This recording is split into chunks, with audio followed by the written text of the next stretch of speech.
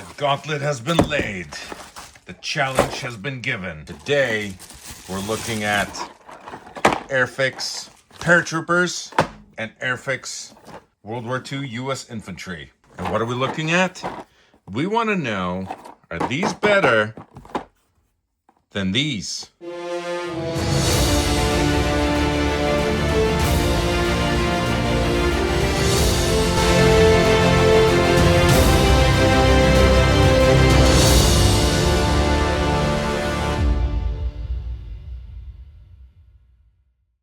All right, so let's dig in. Let's cut these bad boys open. Cut. This thing got smashed to crap. Got delivered by Amazon. It's an absolute show. All right, here we go. This is the first time I've ever opened an Airfix bag. I don't have any of these guys. I have other plastic toy soldiers, but not Airfix. And before we get started, I think Airfix is a great brand. I think Airfix are great toy soldiers. And I think they're fantastic. But the question is, are they better than the metal King and Country toy soldiers? So what do we have here? We have a, look at this guy. What's he up to here? He's like, oh, flying through the air. Looks like he's flying or looking for his glasses. Anybody see my contact lens? So these are 132 scale toy soldiers. Oh, sorry, that's the wrong box. It's these guys. 132 scale U.S. paratroopers from World War II, made by Airfix. This is what they look like when they're painted, supposedly. And these are the various poses that they're available in. And there are, I believe, 14... Let's see, 2, 4, 6, 8, 10, 12, 15, it looks like. Unless I'm terrible at counting. Oh no, his gun broke. I guess this is a problem with plastic soldiers as well. Why are these things so dainty? Look at this thing. So thin. Okay, well, we got a guy with Tommy gun. Okay. And then we have guy with M1 carbine. Whoa, these carbines are not manufactured very well, are they? This is the second one that fell off. Here's another one. A lot of M1 carbine guys. This one here too. I'm curious to know how many paratroopers were issued carbines as opposed to rifles. Because I don't see anybody here with a Garand rifle. Everybody's got the carbine. He's got, what is this, a grease gun or a Sten? A Sten gun it looks like. And this guy's playing hopscotch. He's got a hand grenade. All right, so lots of M1 carbines. And this guy just has a shovel. So we can assume that maybe he lost his bag on the jump. The prop blast took it off. And then we have some Tommy gun guys.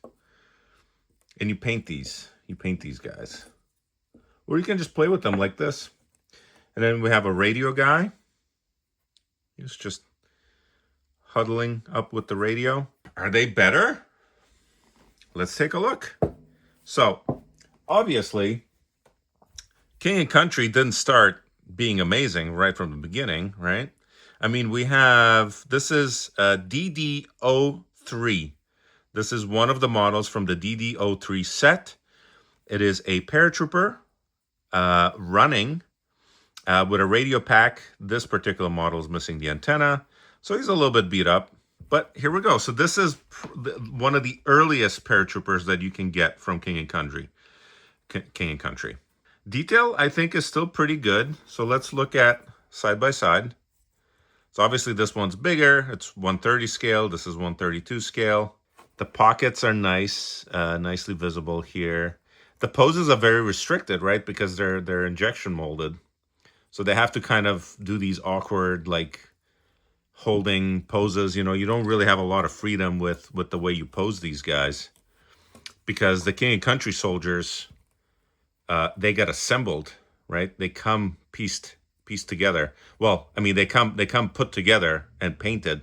So that's, I think, one disadvantage, right? You have limitations with molds. So 1 point for, I think, King and Country, just because of the ability to be able to make them differently. Now let's compare to a paratrooper from an older older set. So here we have DD25. So this is a few sets later.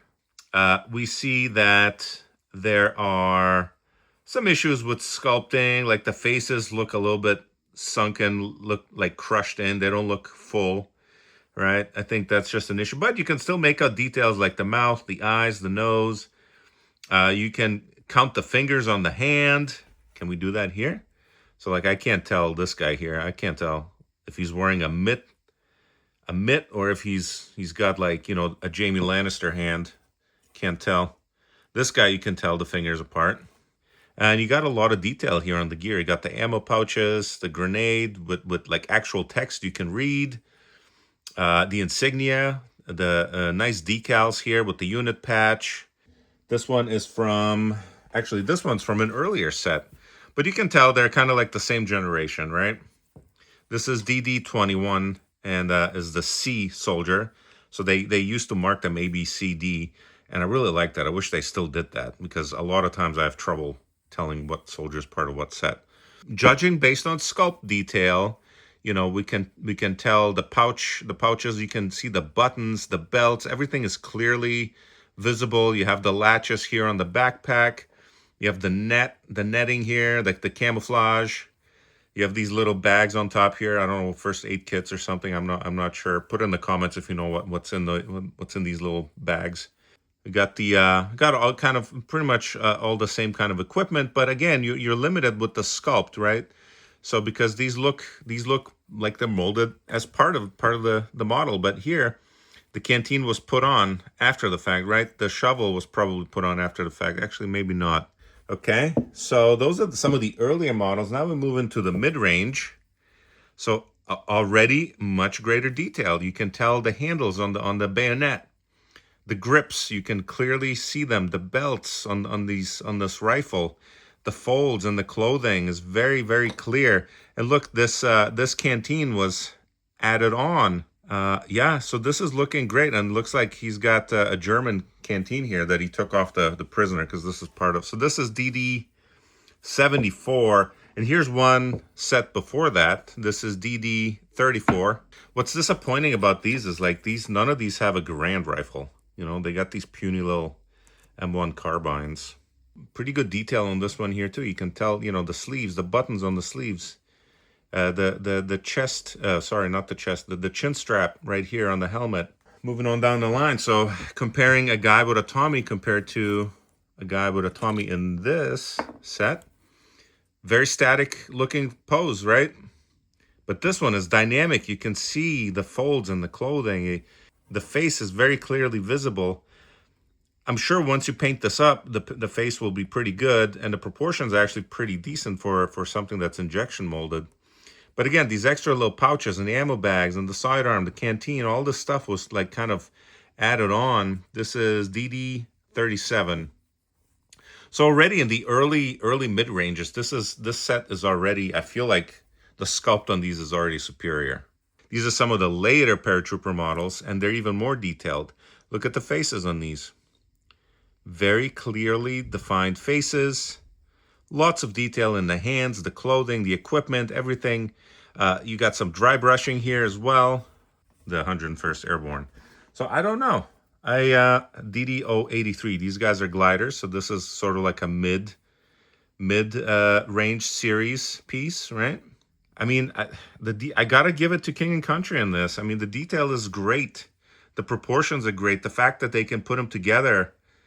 Here's a guy with binocular. Yeah. I mean, I gotta give it to King and Country. I really. So ultimately, I think it's all about the paint, right? We gotta look at how they're painted. So these guys, when they're painted up, they probably look really nice, right? But do they look better than some of the later King Country models? I don't know. I'm sure a professional model painter will do much better than this. But what if a professional model painter painted a King and Country, right? All right, let's set these guys aside.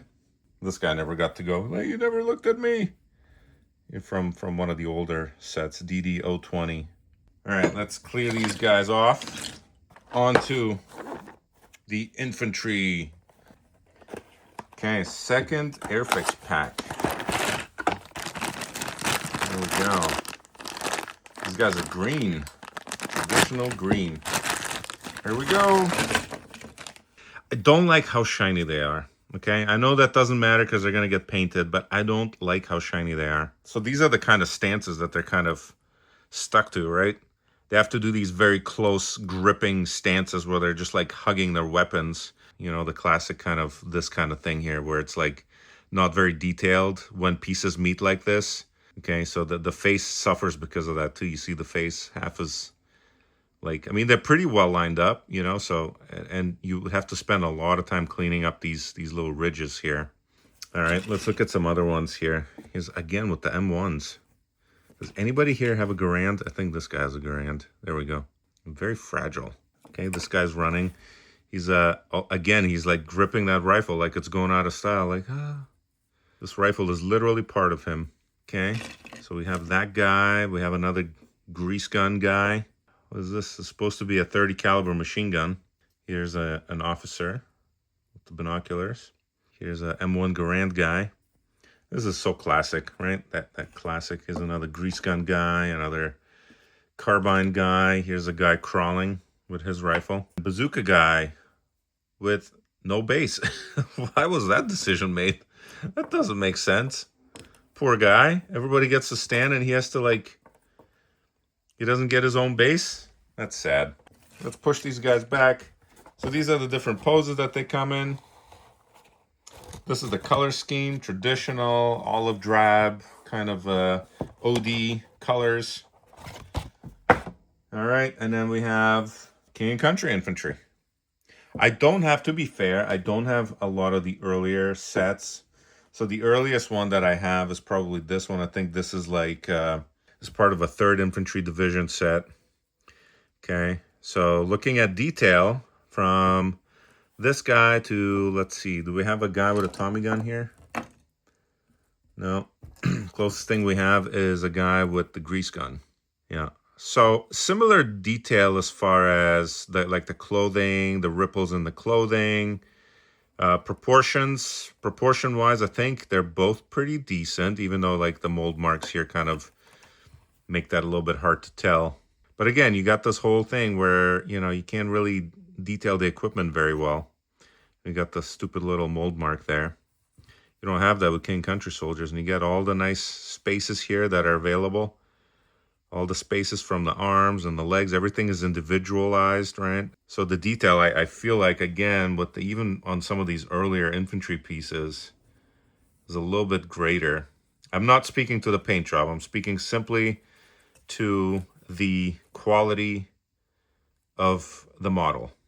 This is a little bit later on, DD 185, already even greater detail, 1st Infantry Division, right? Very great detail on the rifle here. You can count the grips here on this bayonet. The gaiters here are very nicely painted. You can see the individual buttons. You can see the canteen, the sheath, the bayonet sheath, the ammo pouches here on the side. The collar, the buttons on this tunic, everything is just so very nicely detailed. And if we take the same, let's say the same professional model painter, right, like the best guy in the world, have that person paint these two guys, I think this one would win. Just by the sheer level of detail on this model compared to this model. I think we can objectively see. And here's another one. Here's one with an M1 carbine. I think this is very nice. Look at it. You can see the button, the raised, you know, contours of everything. You can really touch and feel all these. This belt looks like it's actually strapped on there. This is DD 099, a bit of an earlier run. But look at this. Look at he's got a tear in his shirt, and you can see under. The facial expression is very clear. You can tell exactly what's happening there. This weapon is very nicely done. This is 183, so this is similar to this run here, the 180 series. Here we can compare machine gunner to machine gunner. We can compare this guy to this guy. Who wins? What do you guys think? Which model is better? Airfix or King and Country in this particular case? I don't know how old these guys are, this set. I don't know how old this set is, but I haven't seen any more modern looking ones, right? I think this is pretty much the limits of plastic. This is the limitation. I mean, you can get much further with resin and but as far as I'm aware, if you guys know others that I can compare to that can say, okay, clearly better than King and Country, you know, please put it in the comments. I would love to get a piece, get a set and review it. But I'm thinking the paratroopers, the King and Country guys, take this one. This one's gonna phone in. Hey, yeah, we determined that we look better. Over. Yeah, I think King and Country takes this one, guys. I don't know. I really don't see how this is better than this. I don't see it. Put it in the comments. I'm sure this is going to get a lot of hate. I'm sure I'm going to get a lot of hate from people that like Airfix. To be fair, I like Airfix. I think Airfix is a great brand, okay? They make great products. And, I mean, the upside is they're cheaper, right? And then maybe you can argue that the value proposition for King and Country, because of the cost, is not as great. I'm sure people can make that argument. But if we're comparing raw, does this look better unpainted? I can't say that I agree. I mean, just the detail in King and Country soldiers is far greater in my opinion. And you have a lot more freedom with the way that they're assembled. Now, for my next video, I actually have some painted Airfix guys, and I'm going to look at Germans. They just haven't arrived here, but I will look at Germans and compare them to my German Fallschirmjäger and my German infantry. So check that out when that comes out. Thank you.